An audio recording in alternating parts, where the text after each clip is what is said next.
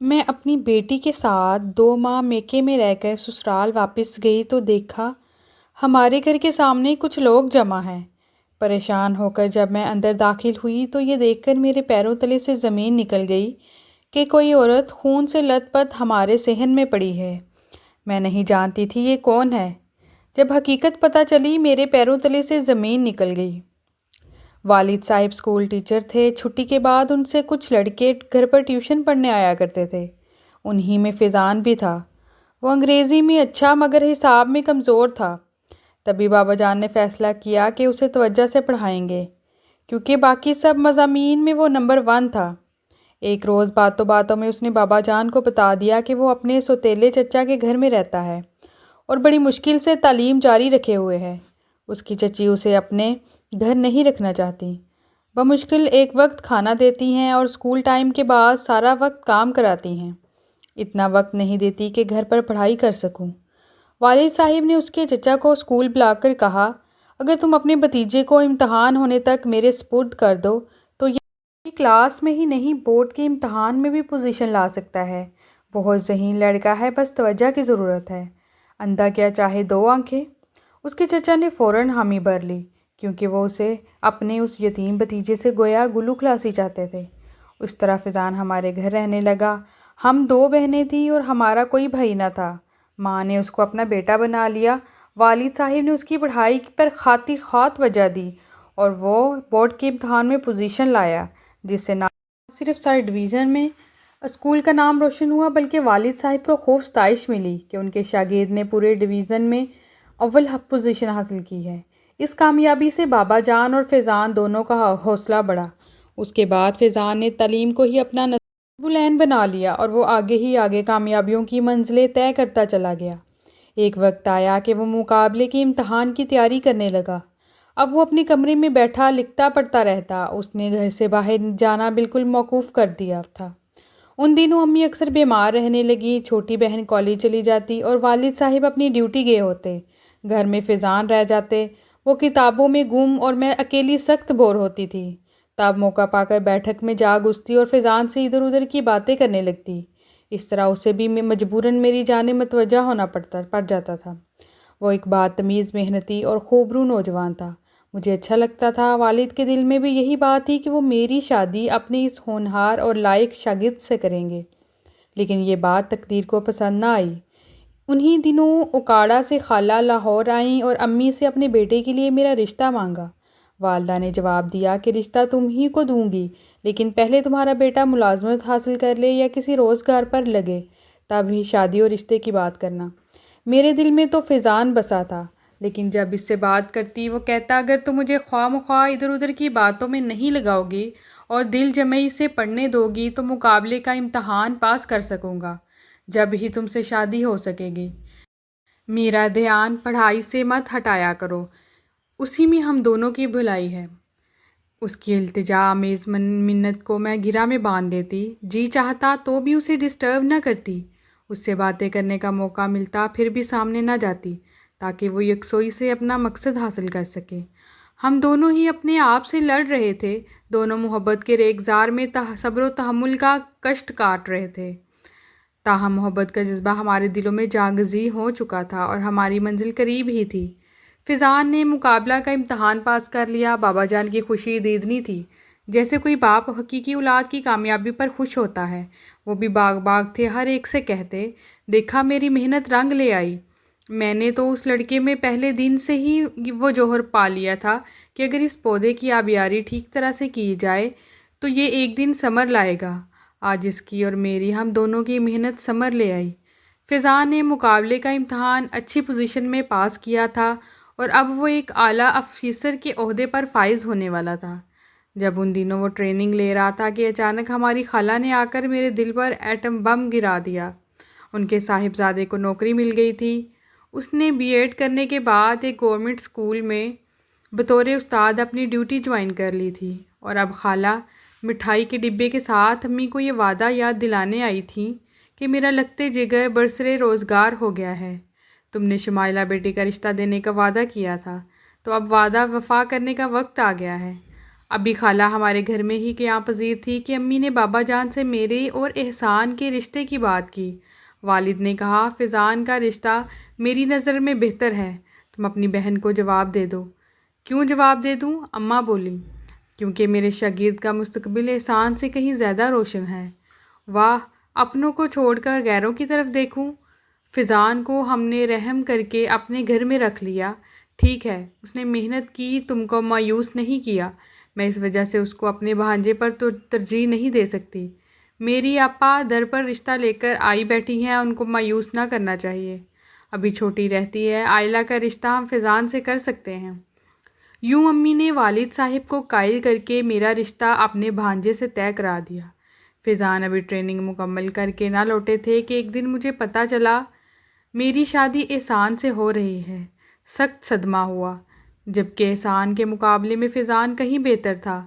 پھر یہ کہ میں فیضان کو اپنے دل میں بسا چکی تھی، چاہتی تھی کہ میری شادی اسی سے ہو، مگر ہمارے یہاں لڑکی کی مرضی کب دیکھی جاتی ہے۔ مجھ کو اپنی شادی احسان سے ہو جانے کی کوئی خوشی نہ ہوئی، بلکہ بڑا دکھ تھا۔ میرے دل نے تو اس شادی کے بندھن کو قبول ہی نہیں کیا۔ شادی کے بعد کئی دن تک چھپ چھپ کر روتی رہتی تھی۔ فیضان کو میرا احسان کے ساتھ شادی ہو جانے کا بہت افسوس تھا۔ میں شادی ہو کر لاہور سے اوکاڑا چلی گئی۔ جب میں میکے جاتی، فیضان مجھے اداس اور پریشان ملتا۔ اسے اداس دیکھ کر پرانی یادوں میں کھو جاتی۔ گھر جاتی تو دل وہاں نہ لگتا، یہی جی کرتا کہ عمر بھر میکے میں ہی رہ جاؤں۔ میری شادی کے بعد اگرچہ وہ مجھ سے زیادہ بات نہ کرتا تھا، لیکن اپنے میکے میں رہ کر میں اس کو دیکھ تو لیا کرتی تھی۔ ایک روز جب وہ آفس سے گھر آیا تو مجھے اپنے کمرے میں خود سے باتیں کرتے اور سسکیاں لے کر روتے پایا۔ کہنے لگا، شمائلہ کیوں رو رہی ہو؟ میں نے کہا، فیضان کیا تم نہیں جانتے کہ میں کیوں رو رہی ہوں؟ کہنے لگا، ہاں جانتا ہوں کہ تم اپنے گھر میں خوش نہیں ہو۔ اگر ایسی ہی اذیت میں رہتی ہو تو پھر احسان سے طلاق لے لو، میں تم سے شادی کروں گا۔ لیکن اگر شوہر کے ساتھ خوش رہ سکتی ہو تو میں تم کو یہی کہوں گا کہ میرے ہوتے ہوئے میکے مت آیا کرو، تاکہ اپنے گھر میں دل لگا سکو۔ اس طرح خوش رہنا میرے بس کی بات نہیں ہے فیضان۔ اب میں کسی بھی جگہ کہیں بھی خوش نہیں رہ سکتی، میں قبر کی زندگی نہیں گزار سکتی۔ اس پر وہ خاموش ہو گیا، بس اس قدر کہا کہ تمہارے والدین کے مجھ پر بہت احسانات ہیں اور میں ان کا احسان کبھی نہیں بھلا سکتا۔ میں ان کو دکھ نہیں دینا چاہتا۔ سوچا ہے اب جب تم میکے آؤ گی میں گھر کے بجائے ہاسٹل چلا جایا کروں گا۔ وہ تو یہ کہہ کر چلا گیا، لیکن میرے چین اور سکون کو بھی ساتھ لیتا گیا۔ اس کے بعد میں اس قدر مضطرب رہنے لگی کہ مسکرانا تک چھوڑ دیا۔ اپنے شوہر سے سیدھے منہ بات نہ کرتی، نہ ہی کھانا پکاتی، گھر کا سارا کام ساس اور نندیں کرتی۔ میں کسی کام میں دلچسپی نہ لیتی تھی۔ کئی دن میں ان تینوں سے ہم کلام ہی نہ ہوتی۔ میرے اس رویے کی شکایت احسان نے امی جان سے کر دی۔ فیضان اب بھی ہمارے گھر پر ہی رہتا تھا، کیونکہ والد صاحب نے اس کو بیٹا بنایا تو پھر جانے نہ دیا۔ وہ کہیں اور جانے کا کہتا تو بابا جان اداس ہو جاتے تھے۔ میرے والدین کو ہمارے دلی معاملے کا کوئی علم نہیں تھا۔ وہ حیران تھے کہ میں اپنے سسرال والوں کے ساتھ اچھی طرح کیوں نہیں رہتی۔ ساس میری ماں کی سگی بہن تھیں، وہ میرے رویے پر اتنی پریشان ہوئی کہ امی کے پاس آ کر رونے لگتی۔ تب والدہ مجھے خدا کے واسطے دیتی کہ شمائلہ یہ نہ کرو، آخر تم کیوں ایسا کرتی ہو؟ وہ مجھ کو سسرال والوں سے حسن سلوک کی ہدایت کرتی، فریاد کرتی کہ جب سے تمہاری شادی ہوئی میرا اور میری بہن کا جینا حرام ہو گیا ہے۔ تمہارا شوہر شریف آدمی ہے، وہ تم کو کوئی تکلیف بھی نہیں دیتا، پھر تم کیوں ایسا کرتی ہو؟ جواب دیتی کہ ماں تیرا ہی تو کیا دھرا ہے، بہن کی محبت میں تم نے ہم دو دلوں کا سکون اجاڑ دیا ہے۔ میری نند کی ایک سہیلی تھی، وہ میری بھی سہیلی بن گئی۔ ایک روز اس کے سامنے میں نے خالہ سے بدتمیزی کی، وہ رونے لگی تو آبدہ کو بہت دکھ ہوا۔ اس نے قسم دی کہ بتاؤ آخر تم ان لوگوں کے ساتھ ایسا برتاؤ کیوں کرتی ہو، جبکہ یہ سب تم سے پیار کرتے ہیں اور تمہارا خیال کرتے ہیں۔ وہ کہنے لگی، میں وعدہ کرتی ہوں کہ تمہاری کہی ہوئی کوئی بات یہاں کسی سے نہ کہوں گی۔ تاہم جو کچھ میں نے اسے بتایا، گھر جا کر اس نے اپنے شوہر کو بتا دیا۔ مجھے نہیں معلوم تھا کہ آبدہ کا شوہر میرے شوہر کے ساتھ ایک ہی اسکول میں پڑھاتا ہے اور دونوں کی دوستی ہے۔ ایک دن احسان نے اس سے اپنی پریشانی بیان کی تو اس نے احسان کو آگاہ کیا کہ تمہاری بیوی نے بتایا کہ وہ تم سے شادی نہیں کرنا چاہتی تھی، لیکن اس کی ماں نے زبردستی شادی کرائی، جبکہ وہ فیضان سے محبت کرتی ہے اور اسی سے شادی کرنا چاہتی تھی جو ان کے گھر رہتا ہے، اور تمہارے خالو کا منہ بولا بیٹا بنا ہوا ہے، وہ اب بھی اسی سے محبت کرتی ہے، اس کی خاطر میکے جاتی رہتی ہے اور تم سے طلاق لے کر فیضان سے شادی کرنا چاہتی ہے، اور یہی فیضان بھی چاہتا ہے، تبھی وہ تم کو اور تمہارے گھر والوں کو تنگ رکھتی ہے تاکہ تم از خود اس کو چھوڑ دو۔ اب میں بحیثیت دوست تم کو مشورہ دیتا ہوں کہ اگر یہ عورت جو تمہاری بیوی ہے اور محبت کی خاطر تم سے چھٹکارا پانا چاہتی ہے تو تم اس کو چھوڑ دو، ورنہ ایسی عورتیں کبھی بہت خطرناک بھی ہو جایا کرتی ہیں، جان کی دشمن بن جاتی ہیں۔ یہ تم سے محبت نہ کرے گی، چاہے تم اس پر جان لٹا دو۔ غرض اس آدمی نے احسان کو ایسا ڈرایا کہ انہوں نے گھر آ کر سچ مچ مجھے طلاق دے دی۔ میں وقتی طور پر کچھ دیر کو اگرچہ رنجیدہ ہوئی مگر دل سے خوش تھی کہ میری مشکل آسان ہو گئی، مجھ پر کوئی الزام بھی نہ آیا اور من کی مراد بھی بھر آئی۔ ہاں، میرے والدین پر ضرور قیامت ٹوٹ پڑی۔ میں تو اس انتظار میں تھی کہ جلد سے جلد فیضان گھر آئے تو اس کو خوشخبری سنا دوں کہ احسان نے مجھے طلاق دے دی ہے اور اب ہم اپنا نیا جہان آباد کر سکتے ہیں۔ وہ ان دنوں اسلام آباد میں تھا۔ ہفتے بعد آیا اور جب میری طلاق کا سنا تو سناٹے میں آ گیا۔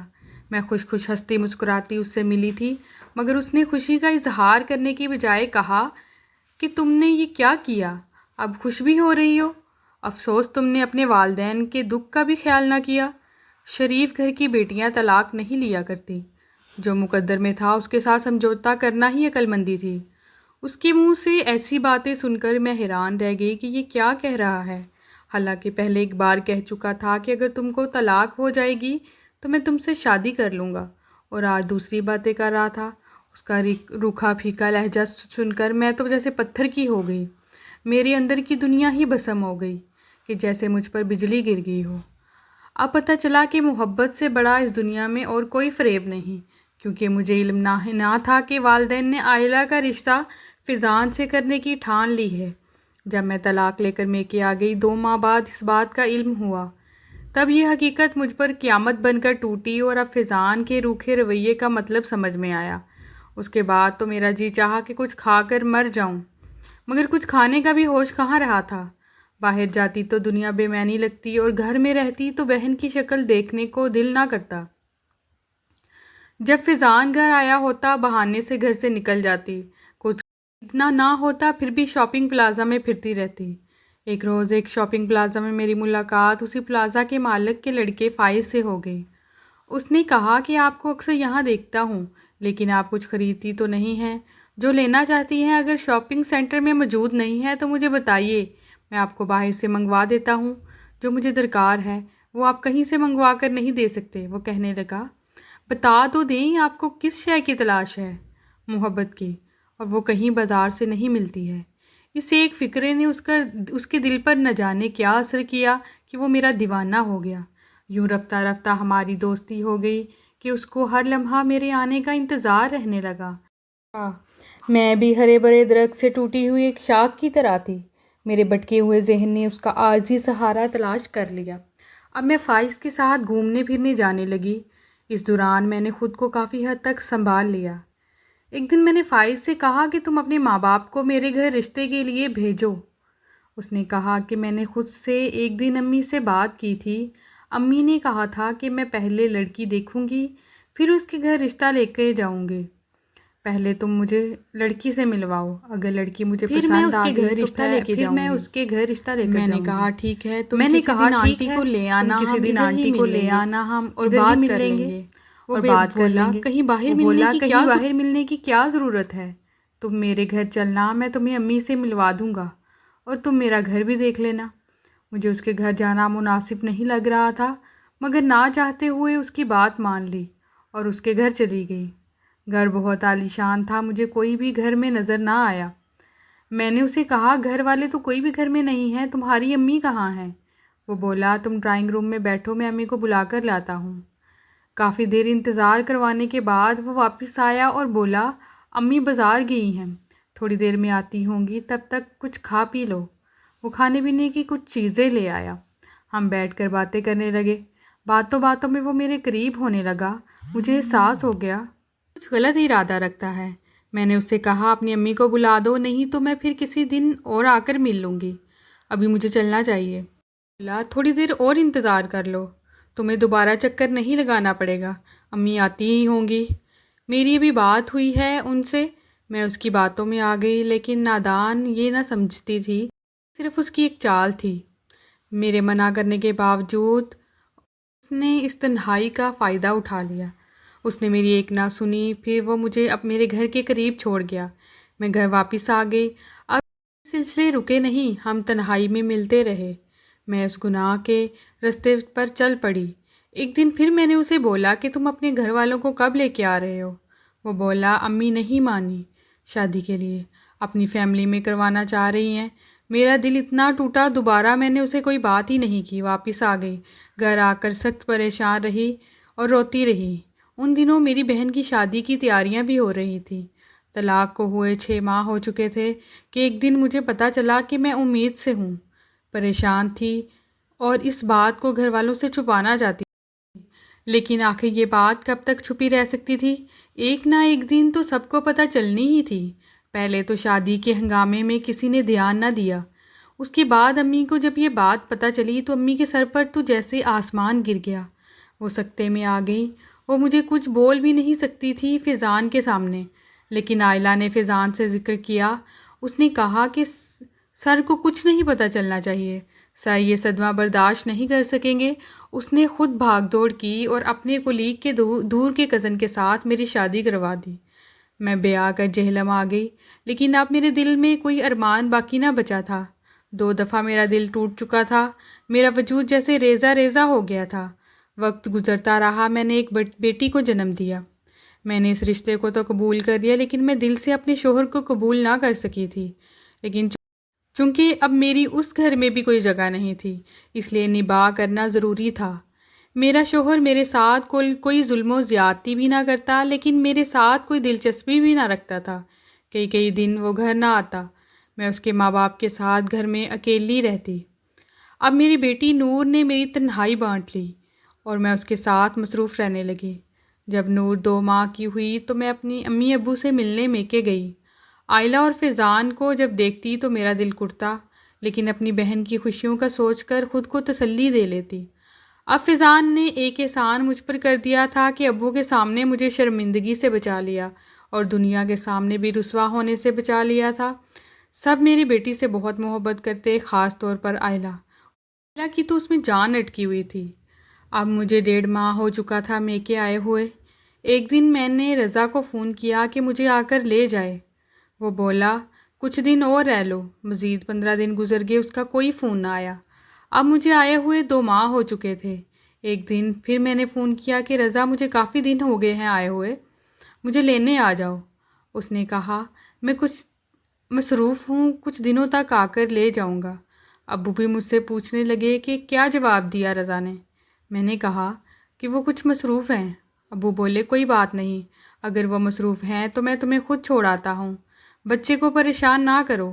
میں بھی یہاں فیضان اور عائلہ کو دیکھ کر کٹتی رہتی تھی، اس لیے میں نے سوچا چلتی ہوں۔ صبح ہم یہاں سے نکلے اور دوپہر گئے تک جہلم پہنچ گئے۔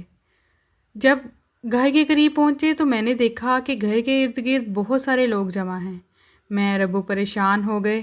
اتنے میں ایک عورت گھر سے باہر نکلی۔ میں نے اسے پوچھا کہ کیا ہوا ہے، یہاں کیوں لوگ جمع ہیں؟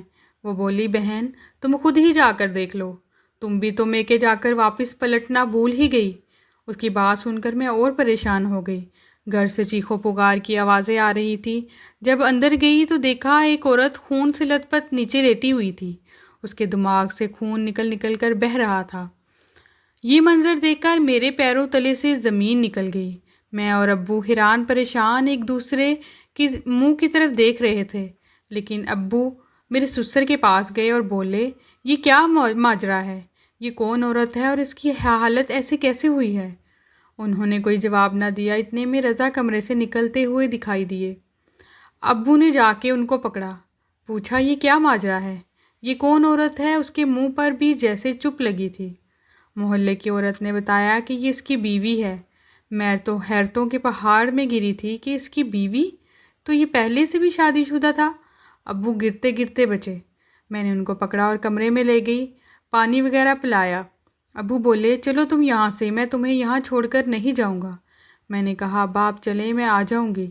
نہیں، میں تمہیں یہاں 1 منٹ بھی نہیں چھوڑ کے جا سکتا۔ اگر اس کی بیوی ہے تو اس عورت کی ایسی حالت کیسے ہوئی؟ اور اتنا بڑا دھوکہ! انہوں نے ہمیں کیوں نہ بتایا کہ ان کا بیٹا شادی شدہ ہے؟ ایسی ہی حالت یہ تمہاری بھی کر سکتے ہیں۔ تم چلو یہاں سے۔ میرا دل جانے کو نہیں چاہ رہا تھا کہ میں رضا کی حقیقت جاننا چاہتی تھی۔ تھوڑی دیر ہم وہاں رکے اور پھر میں اور ابو واپس نکل آئے۔ بعد میں یہ حقیقت پتہ چلی کہ رضا پہلے سے شادی شدہ تھا، لیکن اس کی اولاد نہ تھی۔ اس کے ماں باپ نے اس کی بیوی کو طلاق دلوا کر مجھ سے دوسری شادی کروا دی، اور میری بیٹی کو پا کر وہ بہت خوش ہو گئے تھے۔ جانتے نہ تھے کہ جسے وہ اپنی سگی اولاد سمجھ رہے ہیں وہ اصل میں ان کی اولاد ہی نہیں ہے۔ بہرحال وہ اس کو بہت پیار دیتے تھے۔ اولاد کی خاطر اپنے بیٹے کی دوسری شادی کروائی تھی، لیکن بیٹا اپنی پہلی بیوی کو چھوڑ نہ سکا تھا۔ وہ دونوں باہر ابھی بھی ملتے تھے، ملاقاتیں کرتے تھے۔ میرے شوہر نے باہر ایک فلیٹ لے رکھا تھا، وہ وہاں ملتے تھے۔ یہ سوچے بغیر کہ طلاق کے بعد اب یہ گناہ تھا، لیکن وہ ایک دوسرے کو اپنے دل سے نہ نکال سکے تھے۔ اس کی پہلی بیوی کا نام عذرا تھا۔ عذرا کی ماں نے اس کی دوسری شادی کروا دی، لیکن وہ پھر بھی رضا سے اپنے تعلقات بنائے رکھتی تھی۔